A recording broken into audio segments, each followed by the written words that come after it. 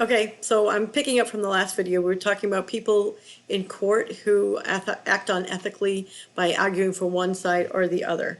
Okay, so that would be an unethical example, and you don't want to be doing that. So there is a free book on the internet. It's called Whores of the Court, WHORES of the Court, and it's free. You can download it. You can read it at your leisure. It's about the so-called thing that goes on in courtrooms with there's hired guns. Expert witnesses who testify for one side and expert witnesses who testify for the other, and how people tend to see that as biasing in terms of examples, okay? So there's different kinds of things. What do you have to know for an expert? Well, you've all had professors before who tried to explain complex information to you. So you have to know your area well. That's the first thing that you have to do in court. Your testimony has to be pertinent to the evidence at hand. It has to be very important to the testimony at hand. You have to know the research that's out there. You have to be able to testify about your own research. And sometimes if you present other people's research, the court may say, well, that's just hearsay because you didn't conduct that research. So you have to be prepared for that objection, okay? Also, you're talking about things that are scientifically complex. Now, if you're watching the stuff on COVID ID, you'll see that a lot of experts are up there and they're talking about scientifically complex things, the nature of a novel virus. And so you have some people who are not well versed in research saying, well, they made mistakes. They said it was going to be like this, and really it's not like that, so they made mistakes. No, that's the way research operates, okay? And people who do not know research do not understand that. So you have to break that down to them. So science is complex, and you have a population. The literacy level of the population of the United States is we're at a 5th grade reading level, in some cases 7th, 8th, or 9th grade, but never more than that. So you're trying to explain something very complex to a limited population. So that's very difficult in a courtroom. So you have to get that through. And I'm not saying that lawyers or judges are dumb or anything like that, but they don't have to take research in their academic programs. Whereas people who are expert witnesses, they do have to take research. They do know what it's about, and they understand it easily, and you will understand it easily. And you'll find that really frustrating when you have to go testify because you're talking to people who don't know a t-test from a mean. And I have heard lawyers object to the meaning of a mean with an expert witness who just sat there like, so there you go. I'm a fan of Dr. Neil deGrasse Tyson, who says correctly so, the thing about science is that it's true whether you believe it or not. So that's another good thing. You must be able to I don't want to say dumb down, but break down very complex information so that the fact finders, the jurors or the judge, whoever it may be, can understand what it is you're trying to say, and so that they can understand it in relatively easy terms. So you have to inspire critical thinking in the jurors and in the judge. You have to get them to see what it is you're trying to say that's very complex, and that they don't dismiss it. I think in the last video I said that I had a elderly woman in a court case tell me after an epidemiologist was testifying that his words just came out of his mouth like bullets. In other words, she knew it was important. She knew it was complex. She knew it was over her head. So she just went with it because he seemed to think it was important.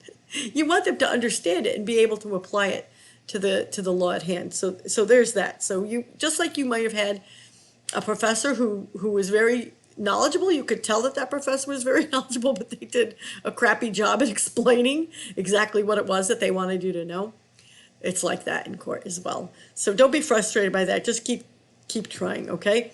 And you must be persuasive in the fact that, not that you're trying to get them to see one side or the other, but you're trying to get them to see the relevance of what it is you're trying to explain, the complex thing that you're trying to explain.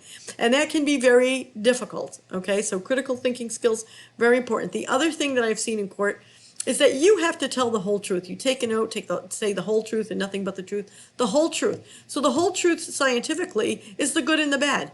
Science is dispassionate. It doesn't say one side or the other. So I don't care who hires you.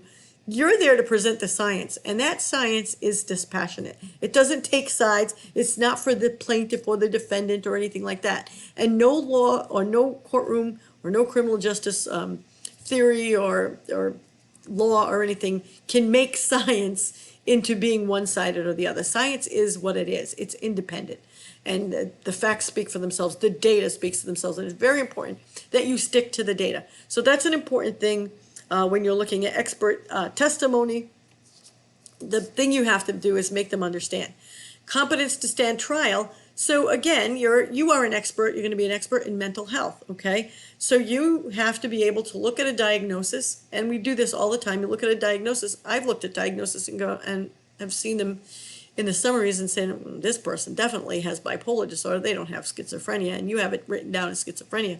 How did you arrive at that conclusion? Okay? So you, as an expert witness, will be forced sometimes to look at those kinds of things. So again, you're going to be explaining to jurors or to a judge or something like that very complex issues in mental health, diagnosing, assessment. They're not going to know the subtleties of the DSM-5, and you're going to be the one that has to explain it to them and get them to understand the differences between bipolar disorder or personality disorder or borderline personality disorder and delusional disorder and things like that. And so you're going to have to get them to understand why it is that that person, defendant, or whoever it is acting the way that they're acting. That will come down to you.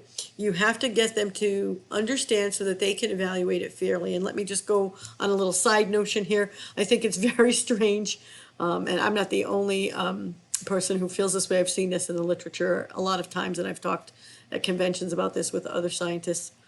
Instead of the scientist deciding, which there are times a scientist does decide a case, but instead of scientists routinely deciding cases that are a matter of science, they say, okay, you just tell the facts to these people who know nothing about science, and then they'll decide the case. It reminds me of that commercial of the guy who's on the phone and the doctor is telling him what to do, and the guy says, don't you think it's better if you do this? That's exactly how it is. How scientists look at the courtroom and they say, wow, I don't think this person's mother, who's a housewife, nothing against housewives or anything, should be deciding a case about this. And that's the way the legal system is. So that's just a criticism of all the jury system as it stands. And we routinely exclude people from the jury who may have some additional knowledge about things that might sway other people. But okay, so why don't you just let other people do it who are, the scientists? We do have that sometimes. They're called special juries, but that's something that has to be negotiated with the court. So that's just a whole nother conversation. So competent to stand trial. So in terms of diagnoses, you have to be able to understand assessment. Now, I know you take assessment in this program, and the assessment that you take is learning about assessment. In the seated forensic psych program, they literally have to do assessments, behavior assessments on a bunch of different people, and they have a whole bunch of different tests that they have to do. So you both programs, seated FP and criminal behavior, you're going to know about assessments. And then you have to bring those assessments, that knowledge of assessments, to the courtroom if you're going to have someone who's competent to stand trial and you're in a case like that. Remember that all assessments are subpoenable. So you may have an assessment and everybody's going to look at it. Everybody's going to know what the person said and how they get there. And you have to explain why the assessment tool is important, what the assessment tool does, and how psychologists and psychiatrists use it. You have to explain the testing, the test itself, the client's behavior. You're going to have to describe the difference between idiographic, the person sitting in front of you, and nomothetic data, the entire population in general. So you have to know this area about assessments, okay? So that's a very important thing for you to get some expertise in. You may work in a city or a state that uses a court diagnostic facility. Court diagnostic facilities, we do have one in Toledo, thank God. Cleveland, Columbus, they all have them. And these are diagnostic facilities that are there. They only do one thing, and they handle assessment, diagnosing, for the court system. And so that's really good. They do all the assessments, and they fit it into the insanity defense, GBMI, all of those different things. And then they give it to the judge, and then the judge will make a determination, and that's a really good thing. So they're well versed in assessment, and that relieves individual expert witnesses who sometimes may work for court diagnostics to do that. So what happens to the person who is found incompetent to attend trial? Well, that depends on the state again, and they go over this in your PowerPoints, but it depends on the state. So you could have involuntary commitment, you could have conditional release, you could have forensic monitoring, you could have inpatient or outpatient treatment, you could have assisted treatment, and those things are like, depending on the strictness of the particular state, what they're going to do with the individual, how they're going to dispose of that case, depending on how strictly they want that person monitored, whether that person is going to do well in a facility until they're better, or whether they're going to do better being monitored in community release. Still, you have to have someone who's checking in on them. You have to watch them, close supervision. Sometimes you have to have line of sight supervision, which is very close observation. That person always has to be in line of sight of a mental health practitioner, that kind of thing. And again, it depends state to state. So again, check out what your state requires. So there's 2 videos. I went a little long this week. I hope I didn't bore you.